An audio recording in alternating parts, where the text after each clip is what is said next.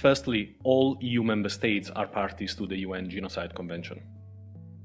Now, governments, scholars, NGOs may differ in good or in bad faith about whether what Israel has been doing in Gaza reaches the legal threshold of the crime of genocide. But when it comes to the obligations stemming from the UN Genocide Convention, there can be no doubt as to the existence of a duty to prevent the crime of genocide. And that duty entails an obligation to employ all means reasonably available to states parties as to prevent a genocide as far as possible. The duty arises as soon as a state learns, or should normally have learned, of a serious risk that genocide may be committed. A definitive determination that the genocide is already underway is not required. So the questions are, is there a serious risk that Israel may have been committing genocide? Is the EU aware of it? And if so, did it fulfill its obligations? On the first questions, I will spare you from an endless list of genocidal determination concerning Israel's campaign in Gaza. I will only mention perhaps three of the most authoritative indicators. The three consecutive binding orders issued by the International Court of Justice from January 2024 in the case brought by South Africa. In August 25, an Israeli-made famine was officially declared in part of Gaza, and 1 month later, a UN Commission of Inquiry concluded that Israel has committed genocide in Gaza. Countless more international Palestinian and Israeli scholars, human rights groups and UN experts reached the same conclusions. So yes, there is at the very least a serious risk. Now, was the EU aware that there is a serious risk? Of course, and besides all the information available to their diplomats in The Hague, in New York, in Geneva, EU foreign ministers themselves have been repeatedly briefed by the EU Special Representative for Human Rights, by leading humanitarian agencies, and by the UN High Commissioner for Human Rights. So yes, they knew, they know. So the last question is, did they fulfill their duty to prevent a genocide? Well, no, they did not. They have many persuasive means at their disposal, but they chose not to use them. And on top of a failure to act, some EU states continue to provide Israel with military, economic, and political support. What are the tools that the EU should use, and what does it take to trigger them? Firstly, they should stop arms, transfer and transit. The Arms Trade Treaty, the EU's Common Position 2008-944, and general international law all bind the EU not to export arms to Israel, as long as there is a serious risk that those arms may be used for international crimes. Despite that, Germany, France, and other EU states continue to export arms to Israel. A EU-wide arms embargo would require a unanimous decision among the member states, but each member state can decide on their own to halt export licenses and transfers, as some in fact did. Secondly, they should adopt targeted sanctions against Israeli officials responsible for war crimes and other serious abuses. Now, those sanctions require unanimity. For several EU states, sanctioning Israeli officials is still a no-go. They only allowed a few sanctions against settlers, we may see more soon, despite overwhelming evidence of settlers being state-backed. And in any case, those sanctions are largely unrelated to Gaza, where the 27 have yet to unanimously acknowledge in a statement that the single war crime has been committed by Israeli authorities. Some member states claim that Israeli officials should not be sanctioned because they say Israel is a democracy and it would be up to Israeli people and institutions to take action. Now, regardless of what one's views may be about the democratic nature of Israel and a democracy's compatibility with apartheid, It must be stressed that nowhere does international law provide that only undemocratic states can commit a genocide.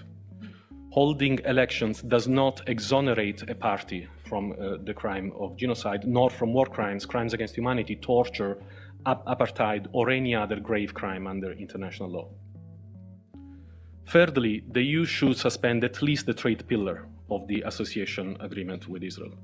The measure was first requested by Spain and Ireland already in February 2024, but it wasn't until May 2025 that a review of Israel's compliance with its human rights obligations, which constitute an essential element of the agreement, was supported by a majority of member states.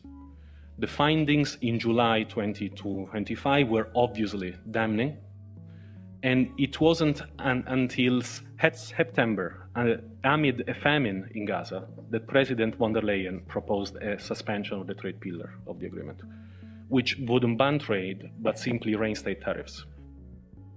Since then, the proposal has been on the table, but only there. It's yet to be adopted.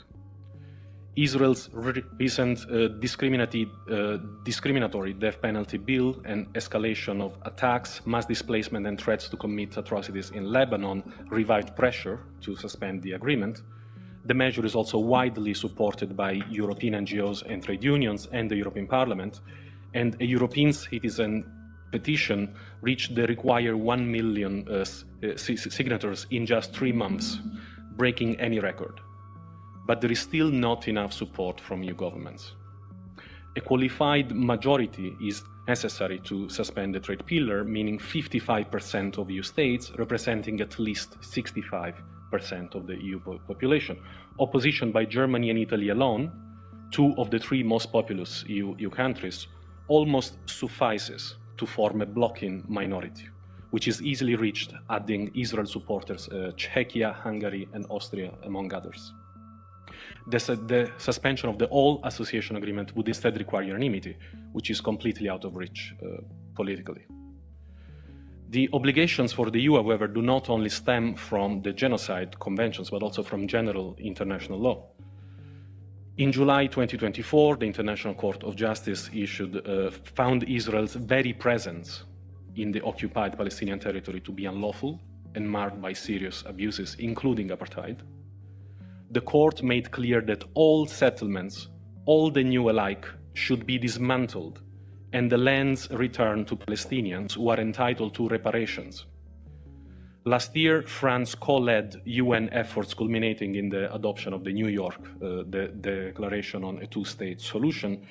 Interestingly, paragraph 30 of the declaration includes a commitment to take concrete action in line with the ICJ ruling to help, quote, realize the right of the Palestinian people to self-determination and to counter the illegal settlement policies in the occupied Palestinian territory, including East Jerusalem, and policies and threats of forcible displacement and annexation.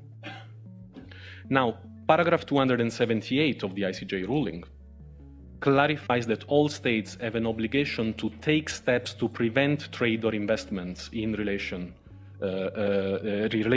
that assist in the maintenance of the illegal situation created by Israel in the OPT.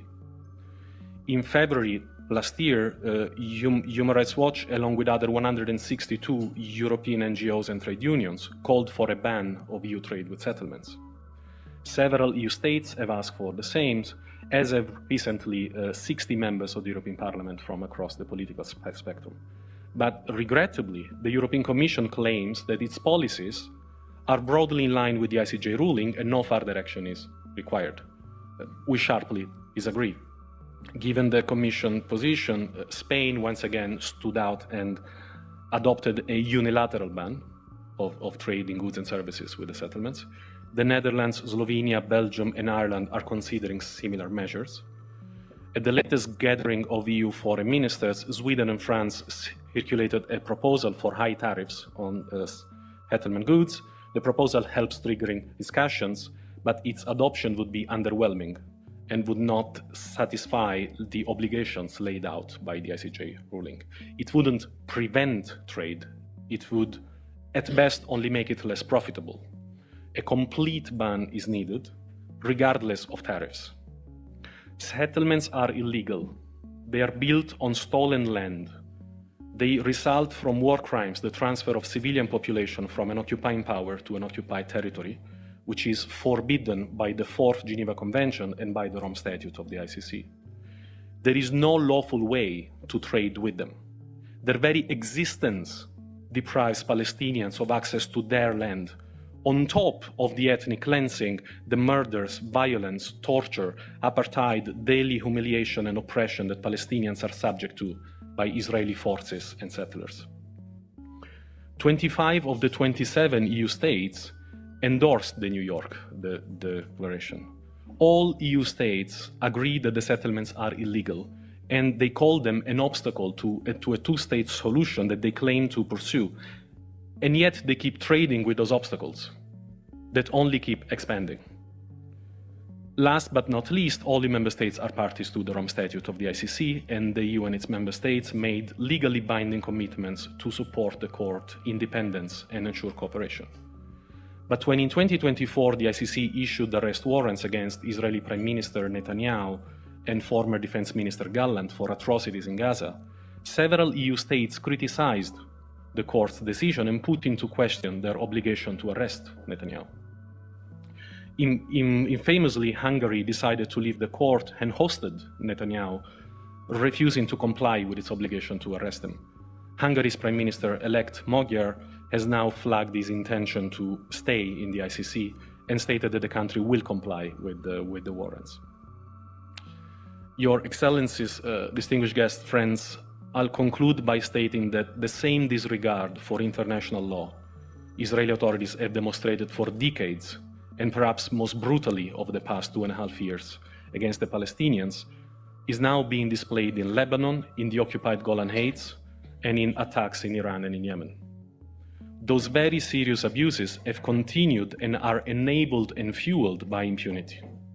An impunity granted also by Europe's inaction, which comes at an unbearable human and economic cost for millions in the region and beyond. To be clear, Europe does not have the monopoly of double standards.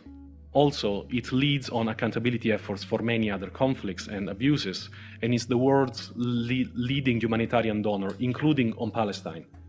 But when it comes to Israeli crimes, the crimes that make that humanitarian aid necessary, the EU has chosen not to act.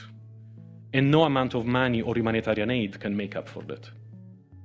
In part, the bloc is a victim of its own architecture, given the various majorities or unanimity that I mentioned earlier, but votes in the Council stem from political choices.